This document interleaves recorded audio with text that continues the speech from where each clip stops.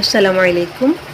Class 7-এর সুপ্রিয় শিক্ষার্থীবৃন্দ, learning with a প্রিয়ার আজকের আয়োজনে তোমাদের সবাইকে স্বাগত জানাচ্ছি। আমরা আজকে আলোচনা করছি তোমাদের ইউনিট 4-এর লেসন 9 থেকে, এবং আমাদের পেজ নাম্বার হচ্ছে 42। এর আগের ভিডিওতে আমি লেসন 8-এর পার্ট সি পর্যন্ত আলোচনা করেছি। তোমাদের যাদের ভিডিওটা দেখার প্রয়োজন বলে মনে হচ্ছে তারা প্লেলিস্টে গিয়ে দেখে নিতে পারো। আর অনেকে আমার কাছে গ্রামারের জন্য আলাদা ভিডিও চেয়েছো, তো আমার এখানে গ্রামার নামে একটা প্লেলিস্ট আছে, সেখানে গ্রামারের অল্প কিছু টপিক দেওয়া আছে, তোমরা সেখানে গিয়েও গ্রামারের ভিডিওগুলো দেখে নিতে পারো। তো চলো আজকের ভিডিওটা শুরু করি।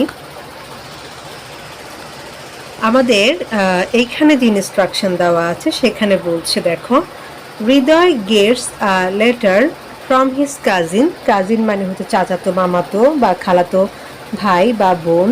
গেট মানে হচ্ছে পাওয়া, অর্থাৎ হৃদয় তার চাচাতো ভাই বা বোন, যেটাই বলি চাচাতো বোনের কাছ থেকে একটা কি পেয়েছে, চিঠি পেয়েছে। তো পার্ট এতে বলছে read the letter Hriday got from his cousin Riya, অর্থাৎ হৃদয় তার চাচাতো বোন বা মামাতো বোন রিয়া থেকে যে চিঠিটা পেয়েছে সেটা পড়ো। তো আমরা নিচে একটা চিঠি দেখতে পাচ্ছি, সেই চিঠিটাই আমরা এখন সবাই মিলে পড়ব। আর এই যে এখানে একটা চিঠির প্যাটার্ন আমরা দেখতে পাচ্ছি, এই প্যাটার্নটা ফলো করেও তোমরা কিন্তু নিজেরা অন্য যে কোনো চিঠি লিখতে পারো। তো যে কোনো চিঠি লেখার জন্য প্রথমে এখানে একটা ঠিকানার প্রয়োজন থাকে। এখানে যে ঠিকানা দেওয়া আছে সেখানে লেখা আছে যে জোনাকিপুর হাই স্কুল, আর পোস্ট অফিস হচ্ছে জোনাকিপুর, ডিস্ট্রিক্ট হচ্ছে নীলফামারী। এরপর হচ্ছে যে দিন চিঠিটা লিখেছে তার একটা ডেট দেওয়া আছে, যে 12ই মে 2013। তো তোমরা যখন নিজেরা কোনো চিঠি লিখবে এইভাবে করে নিজেদের ঠিকানাটা উপরে উল্লেখ করবে। এরপর বলছে ডিয়ার হৃদয়, অর্থাৎ হৃদয়কে সে সম্বোধন করলো এখানে। এরপর বলছে thank you for your letter of 1st May, অর্থাৎ 1লা মের তোমার যে চিঠি সেটার জন্য ধন্যবাদ, অথবা তোমার 1লা মের চিঠির জন্য ধন্যবাদ। It gives us such an exciting piece of news. Give মানে হচ্ছে দেওয়া, আস মানে হচ্ছে আমাদের, এক্সাইটিং মানে হচ্ছে উত্তেজনাকর বা মজার, হ্যাঁ, নিউজ মানে হচ্ছে খবর, অর্থাৎ এটা আমাদেরকে খুব ভালো একটা খবর দিয়েছে। এরপর বলছে I can not still believe that there could be a shop without a shopkeeper. Can not মানে হচ্ছে না পারা, স্টিল মানে হচ্ছে এখনো, বিলিভ মানে হচ্ছে বিশ্বাস, তারপর শপ মানে তো দোকান তোমরা জানো, উইদাউট মানে হচ্ছে ছাড়া, আর শপকিপার মানে হচ্ছে দোকানদার। অর্থাৎ আমি এখনো বিশ্বাস করতে পারছি না যে দোকানদার ছাড়াও কোনো দোকান হতে পারে, এই জিনিসটা সে ভাবতে পারছে না। I talked about it with my relatives, friends, classmates and of course my teacher Miss Nishat.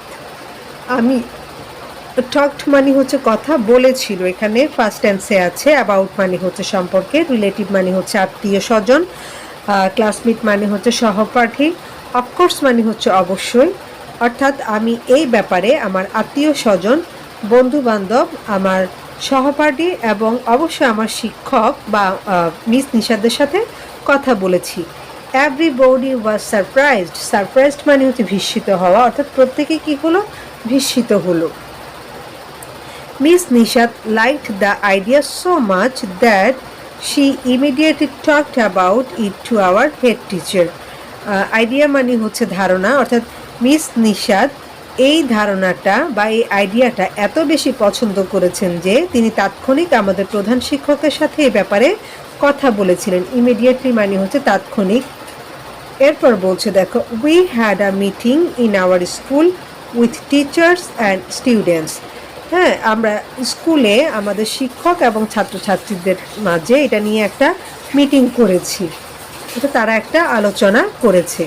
At the beginning of the meeting, at the beginning মানে হচ্ছে শুরু, অর্থাৎ মিটিংয়ের শুরুতে, the head teacher asked me to talk about the morality shop in our school, অর্থাৎ মিটিংয়ের শুরুতে প্রধান শিক্ষক আমাকে ইন ইউর স্কুল যেহেতু বলেছে, মানে তোমার স্কুলে মোরালিটি শপ সম্পর্কে বলার জন্য বলেছে।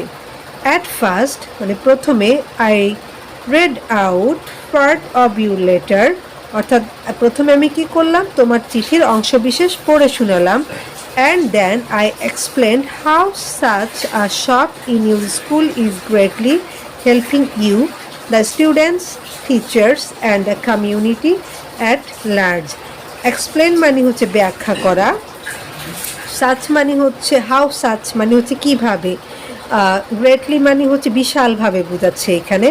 অর্থাৎ আমি প্রথমে কি করলাম, তোমার চিঠির অংশবিশেষ পড়ে শোনালাম এবং তারপর ব্যাখ্যা করে বুঝালাম যে কিভাবে এই ধরনের একটা দোকান তোমাদের প্রত্যেককে সাহায্য করছে, তোমাদের ছাত্রছাত্রীদের, শিক্ষকদের এবং তোমাদের যে আশেপাশের লোকজন তাদের সবাইকে। The head teacher was quite positive about the usefulness of such a shop. Usefulness মানে হচ্ছে উপকারিতা, পজিটিভ মানে হচ্ছে হ্যাঁ সূচক, অর্থাৎ প্রধান শিক্ষক এই ধরনের দোকানের উপকারিতা সম্পর্কে কি ছিলেন, মানে পজিটিভ ছিলেন, বা ওনার এই ব্যাপারে একটা হ্যাঁ বোধক উত্তর তারা পেয়েছিল। He formed a committee with Miss Nishad and 2 other teachers and some senior students to draw up a plan for opening a morality shop in our school. Form মানে হচ্ছে গঠিত, অর্থাৎ তিনি মিস নিশাদ এবং আরও 2জন শিক্ষক এবং কিছু বড় ছাত্রছাত্রীকে নিয়ে একটা কমিটি গঠন করেন, যেখানে কি হলো, two draw up a plan for opening a morality shop, যেখানে হচ্ছে আমাদের স্কুলে মোরালিটি শপ চালু করার ব্যাপারে একটা প্ল্যান করা হবে। Isn't it great? এটা কি বিরাট একটা ব্যাপার না? You will be glad to know that, অর্থাৎ তুমি জেনে খুশি হবে যে I am on the committee too, আমিও এই কমিটিতে আছি। আচ্ছা, এরপর আমরা 43 নম্বর পৃষ্ঠায় যাচ্ছি। এখানে বলছে দেখো, I am coming to see your molarity shop with a friend of mine next weekend.